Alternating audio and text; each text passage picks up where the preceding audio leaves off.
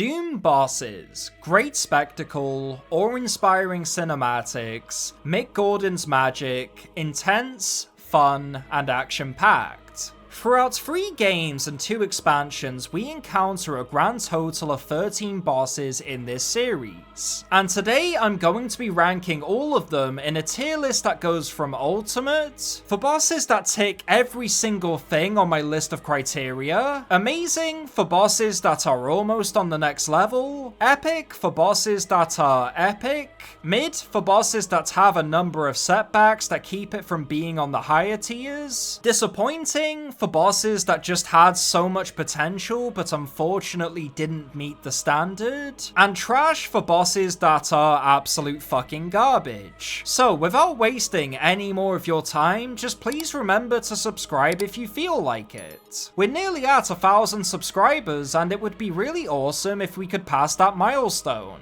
Let's get into the ranking. Kicking off this list, we have the CYBERDEMON, who is easily the best boss in Doom 2016.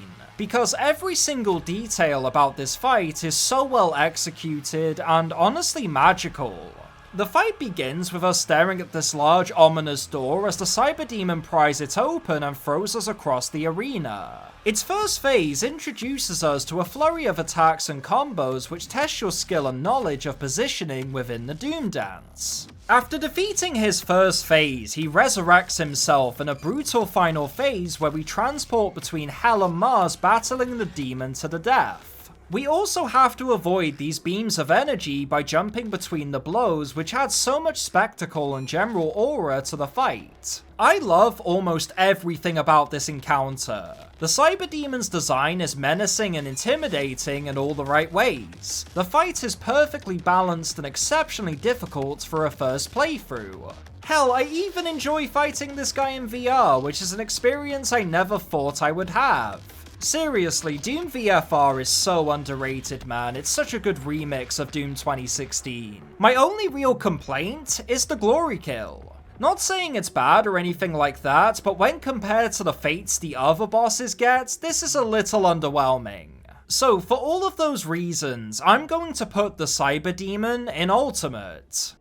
Coming up next, we have the Hell Guardians, and once again, id Software killed it. My favourite thing about this fight is easily the general atmosphere and aesthetics on display here. The design of the Guardians, combined with this arena of flesh and bone, seriously gives this fight a unique feel, and I freaking love it. I've always called the Hell Guardians id Software's Ornstein and Smaug, because this might just be the best gank boss in a Doom game. Balancing both bosses at the same time can be a struggle, but with good positioning and equal focus, the Doom Dance clicks here, resulting in the most satisfying boss to fight. The Hell Guardians also have an outrageous amount of spectacle and cinematic presence because every single one of their attacks looks so freaking cool and awesome. My only real complaint is just how easy the fight was. After dying 20 times to the CYBERDEMON, I was expecting a little more of a challenge, because the health and ammo pickups are extremely generous, leaving very large room for error. Yes, I know higher difficulties kind of fixes this, and it's really not that much of an issue, it's just something I personally noticed. So for all of those reasons, I'm going to put the Hell Guardians in ultimate. Coming up last for Doom 2016, we have the final boss, who is unfortunately not as good as the other two, but don't get me wrong, it's still an amazing fight. For example, the Megamind design truly is my personal favourite in the entire game. The contrast of pink and white with the spider looks freaking amazing, and is genuinely eye candy. To give the fight some credit, it's the most unique boss in the entire game.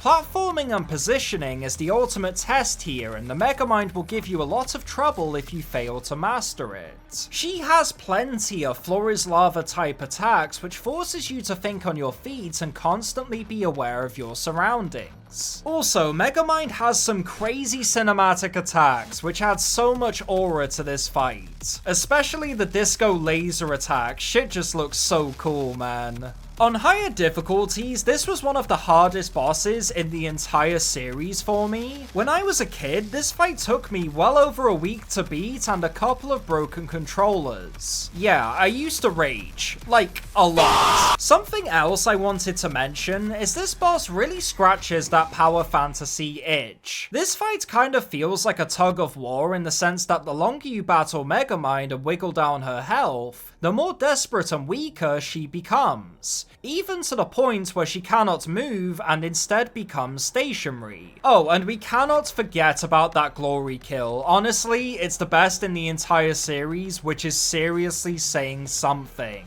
So for all of those reasons, I'm going to put Spider Megamind in amazing. Now, ladies and gentlemen, it's time to talk about Doom Eternal's bosses, so let's just get straight off started with the Doom Hunters. My issues with the Doom Hunters are quite simple, and it's mainly because I don't think these guys hold up after a first playthrough. The whole point of this fight is to introduce you to one of the few truly difficult demons, so it's nice to have an entire boss dedicated to overcoming this challenge. However, after you beat this guy once, he rarely becomes difficult again, and if you ask me, this demon just isn't that fun to fight, or at least in my opinion. I've never personally been a big fan of enemies that heavily rely on taking out a weak point to defeat the boss, but that's just me. But to be fair, I love the overall concept of this fight and how it tests your skills and knowledge of the game's mechanics up to that point. Something else I also want to mention is how much presentation there is leading up to this fight. Because throughout this level, you're constantly seeing their development, which adds so much cinematic spectacle and anticipation leading up to the boss. Also, the reward of beating them will never get old, with the Slayer shooting the Hell Priest mid-sentence. One of the best moments in this game, and it's not even close. The Doom Hunters are an alright boss for a first playthrough, however on multiple runs they quickly become a glorified speed bump at the end of an amazing level. So for all of those reasons, I'm going to put the Doom Hunters in mid. And let me just say this right now, mid on a Doom scale is never a bad tier, don't get that wrong. Coming up next, we have the Marauder, which is easily the game's most controversial enemy. So many people hate this mini-boss, which is completely justified because back in the day, the Marauders seriously gave me and so many fans a lot of trouble. He really used to be the game's biggest menace, but with time and experimentation, there's plenty of ways to counter him and make the fight trivial. For example, using the double-barrel shotgun and ballista quick-swap combined with grenades seriously makes this fight easy. Also, his introduction is badass and intimidating. The voice actor who played the Marauder seriously cooked because just with a few sentences, he makes his presence known. You were never one of us. You were nothing but a usurper. A false idol. I also want to say the Marauder is significantly more difficult than the majority of the bosses in Doom Eternal. Like, I'm not even joking, the first time I went through this game, I think I died like 20 times on the Marauder. I know it's kind of embarrassing, but it's the truth. I mean, hey, if you don't know the exploits, this shit is fucking brutal, man, and it's even worse in Tag 1 with the two Marauders at the same time. That shit was just really hard. I also think the design for the Marauder is absolutely fantastic. And it's really cool how we get to see this character in the Dark Ages. It adds further lore and spectacle for the battle, which will always be appreciated. So yeah, the Marauder is an amazing fight, however I just can't put it in the higher tiers just because of how simple this encounter is. So for all of those reasons, I'm going to put the Marauder in epic. Coming up next, we have my personal favourite fight in this game, which is none other than the Gladiator. who is basically Eternal CYBERDEMON. Straight away, I just have to say that the OST in this fight is absolutely insane. Mick Gordon had the stove cooking this entire game, but the Gladiator was like the brisket because Jesus Christ, just listen to this. And we have to talk about the lore and build-up leading up to this fight. Seeing Doomguy's flashbacks in the Colosseum and hearing the calm MAKYR tempting the Slayer with his family's revival seriously adds another layer of rage and hatred, which is greatly communicated in the encounter. In this boss, I genuinely feel the Slayer's rage, and I freaking love that. The Gladiator feels like a true boss and something we should have seen more of in Doom Eternal. It's not something lazy or uninspired. It feels like an entirely unique encounter which is genuinely fun and works well with the game's mechanics. I love the glory kills here for both phases. They feel so epic and cinematic in a way only Eternal could pull off. I love the OSTs, hell I love everything about the Gladiator. This is easily my personal favourite boss in this game, and it's not even close. So for all of those reasons, the Gladiator is going to go in Ultimate. Oh man, this fight was a disappointment. The MAKYR seriously had so much build up and presence in this game. So imagine my disappointment when we literally take her out in 6 punches. I'm not sure what id Software was thinking with this boss, because this is literally just a worse version of the SERAPHIN and Icon of Sin. Her health bar is shockingly small, with most of the difficulty relying on if you can headshot the MAKYR enemy types. I've killed her in literally under 3 minutes before, which really goes to show how easy and unsatisfying this fight is. For such a prominent and memorable antagonist, I truly was expecting something a little more special. But unfortunately, we get this crap instead. But to give her some credit, the arena you fight the MAKYR on is one of the best arenas in the entire series, and the general atmosphere of this fight is off the freaking charts. I also think the voice actor for the MAKYR is absolutely amazing. This character might actually be my favourite antagonist in this series, because she has so many layers to her sinister actions. Maybe with a little more time in the oven, this could have been something really special. And to be fair, I do appreciate that she's weak on purpose just to show how powerful the Slayer is. But it still doesn't really change my enjoyment here. So for all of those reasons, I'm going to put the MAKYR in disappointing. Man, let me say this right now, the Icon of Sin is one of the best bosses in this entire game. The cinematic spectacle is off the freaking charts with this boss. Like, we're literally fighting a skyscraper who has the power to destroy Earth. So straight away, the ambition with an encounter like this is off the freaking charts. The thing I personally love the most about the Icon of Sin is his destructible armor and anatomy. Blowing the flesh and metal off this boss in chunks with my arsenal of weaponry was so ridiculously satisfying. Especially when you do it all in one go with the BFG. Also, the pacing of this fight is so insane, and has you flying around all over the place in a way that's just addictive to play. You really do feel like a deer in headlights this entire battle, which adds so much intensity to the encounter. Oh, and the glory kill is so grotesque. In fact, the entire battle acts as a slow glory kill, which is what makes this so fun for me. The only reason it's not in Ultimate is the fact that I feel like I'm ignoring him for half the fight, which I get is the point, but it's not my preferred boss design. So for all of those reasons, I'm going to put the Icon of Sin in Amazing. Coming up next, we have the first and only boss in the Ancient Gods Part 1, which is the Seraphim. And to be perfectly honest, I'm really not a fan of this one. I don't know, I just don't think it's for me. Now, to give this fight some credit, it's literally just a better version of the MAKYR in every possible way, because you actually engage with the SERAPHIN and spend most of the battle focusing on him, which has my respect. However, what really brings this fight down for me is mainly the design of the arena. I honestly despise this arena because not only are there enemies everywhere, but there's also environmental hazards, which just makes the entire fight so fucking obnoxious. To be fair, the Seraphim's design is absolutely incredible. He looks freaking insane. In fact, Doom Eternal's general aesthetic is something I've always been incredibly fond of, and the Seraphim embraces that beautifully.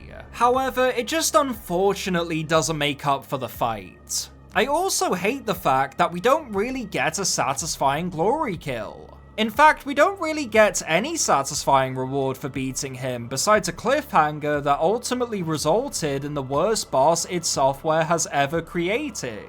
In my personal opinion, the Seraphim is a decent boss. I can absolutely see why people like this, but it's unfortunately just not for me. So for all of those reasons, I'm going to put the Seraphim in mid. Okay, I'm just gonna say this right now, and no one is probably gonna disagree. This boss is an abomination. In fact, the Dark Lord is the most disappointing boss fight I've ever gone up against, and is the pure definition of all style, no substance. Dude, there was so much build up to this boss. We had an entire cliffhanger, a DLC, and an Avengers Endgame set piece, just to result in a below average fight that's literally just a Super Marauder with the exact same moveset. God, he even has those dogs as well, man. This fight just fucking sucks. And what makes this so much worse is there's so many dogshit mechanics that ruin the fight. I hate how he gets health back after every successful hit. I hate the flurry of enemies. I hate how I'm not really fighting this guy. I'm just waiting around to do something. Like, bro, even the death scene glory kill is lame, with him just being stabbed with the wrist blade. Like, you couldn't have been more unsatisfying if you tried. What is this shit? Doom Guy should have gone full Kratos mode on his ass and brutalized Davroth, and even that wouldn't have been enough. Every single thing about this boss is trash, and I know COVID really screwed up the development with Tag 2, but man, it still doesn't change what we got. Because when you really break it down, this literally is just a Marauder fight without any of the qualities that made that mini-boss so fun to fight. The only redeeming qualities I can think of are the visuals, with the Dark Lord's armor and general end-of-the-world vibe being great. Seriously, that armor is fucking awesome. It's such an amazing set, and I wish we got it in the game. So, for all of those reasons, I'm going to put Davroth the Dark Lord, the King of Shit, in trash.